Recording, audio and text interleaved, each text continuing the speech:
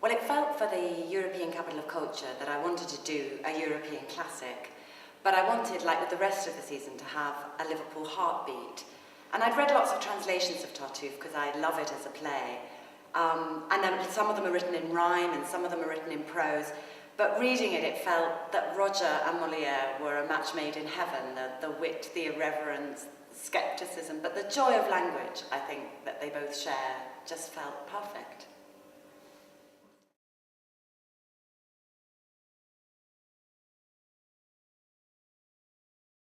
Well, when Gemma asked me, I thought I couldn't do it. I remember studying Tartuffe at university. So I did French, schoolboy French at university. And I found it very difficult, actually. So I thought, this is going to be a challenge. But as Gemma said, there are translations. So what I didn't want to do was look at any of the verse translations, because I had to produce verse myself. I didn't want to be influenced. So I looked at the prose translations, got the characters, read the story, get with that. And then I started it. And say, let me have a go at the first scene and see if I can do it.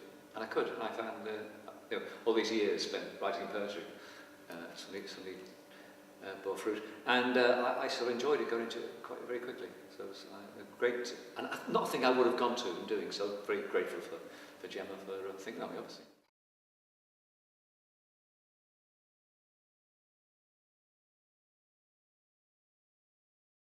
Well, yes, and I've done things before that I've been in directors, things that I've written of something that possibly, that I've, as a writer or director, I've directed things over the years, but coming in and a bit humble, actually, to be honest with you, because I'm a bit spare, I feel like spare parts.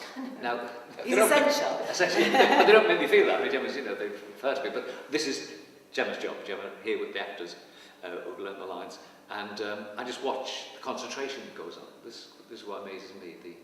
I said to you this morning, I watch it and I go, this is good, and get caught up in it. Part of it, the director stops, just enjoy it, or you get bored or something. And Gemma is watching everything, this concentration. So that's great. And of course, hearing actors say some of the things they've written and how they make it work in different sort of ways. Yeah, it's great. I love it.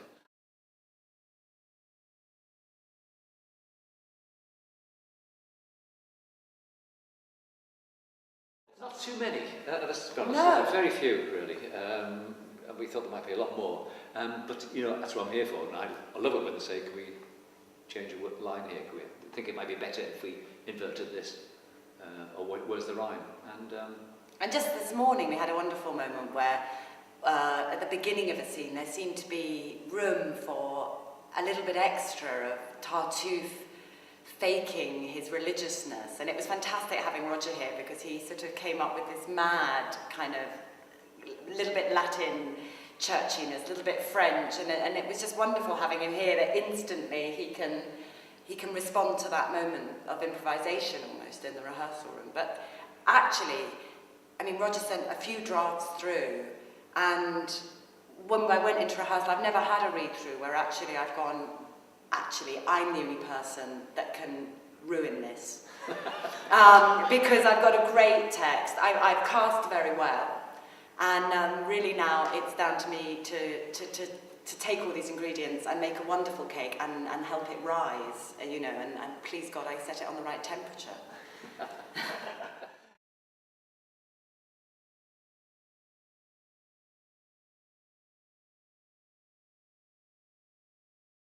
Well, it's really interesting because when we first met, we talked about, did we want to set it in period or did we want to update it?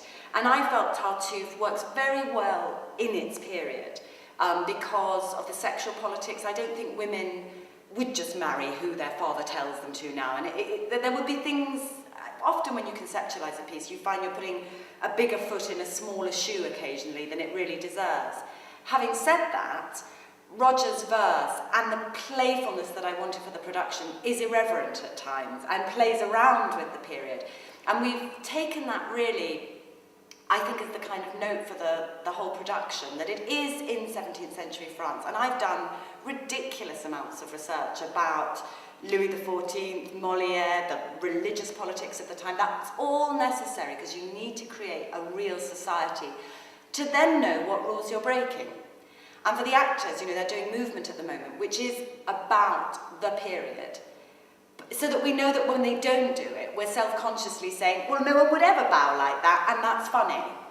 But I think you have to know the rules, you have to know the context, to know how naughty you're being with it. It's also amazing watching you just give how the actors think, because I've just written the words, and I've taken the text or the story, written the words to it, and of course they start doing that. But then of course Gemma's saying, well, you know, what do you mean, what's the backstory, do it again, what do you mean by that line? I mean, the detail of what they're actually thinking, and the way a scene can change with how they come to it, what they were doing before, what this then leads to. It's quite complex.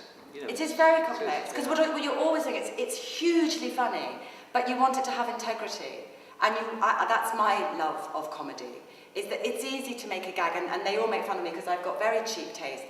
But a gag only works, I think, in a context. I mean, when you watch Fawlty Towers, for example, which I love, it's so funny because I really believe the tragedy of that man. If it was simply gag after gag and a man didn't really care about his hotel business or whatever it was, it ceases to be funny. So you have to care about those people, and they have to not stand outside their characters. They have to care desperately about the stakes have to be right and high in any scene.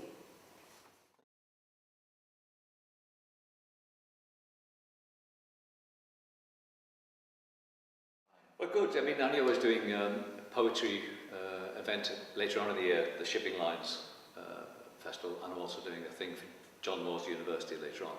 But this was just something that was just right, actually, you know, to be part of the capital culture, but doing something that I'm not known for, in a way. So I'm delighted. You will be from now on. We'll be asking you to do lots of this.